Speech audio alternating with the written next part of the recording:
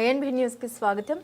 మంచిర్యాల జిల్లా లక్షడిపేట పట్టణంలోని వైష్ణవి మహిళా డిగ్రీ కళాశాలలో సద్దుల బతుకమ్మ పండుగ పురస్కరించుకుని బుధవారం వైష్ణవి కళాశాల యాజమాన్యం ఆధ్వర్యంలో విద్యార్థినులు ఘనంగా నిర్వహించారు. కళాశాలలోని మహిళా ఉపాధ్యాయులు మరియు విద్యార్థులు భక్తి శ్రద్ధలతో గౌరమ్మ పూజలు చేసి పలు రకాల పువ్వులతో బతుకమ్మలు పేర్చి తెలంగాణ సంస్కృతి సాంప్రదాయబద్ధంగా ఆటపాటలతో బతుకమ్మ ఆడారు.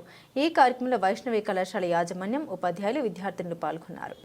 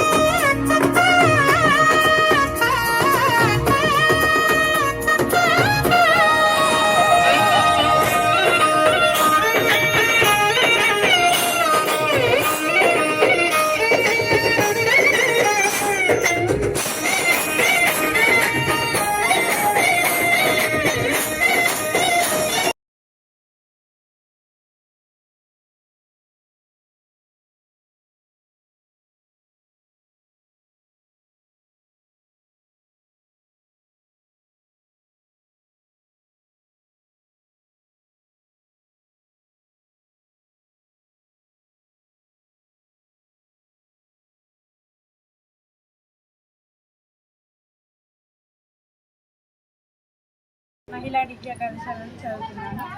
ముందుగా అందరికీ బతుకమ్మ మరియు దసరా పండుగ శుభాకాంక్షలు.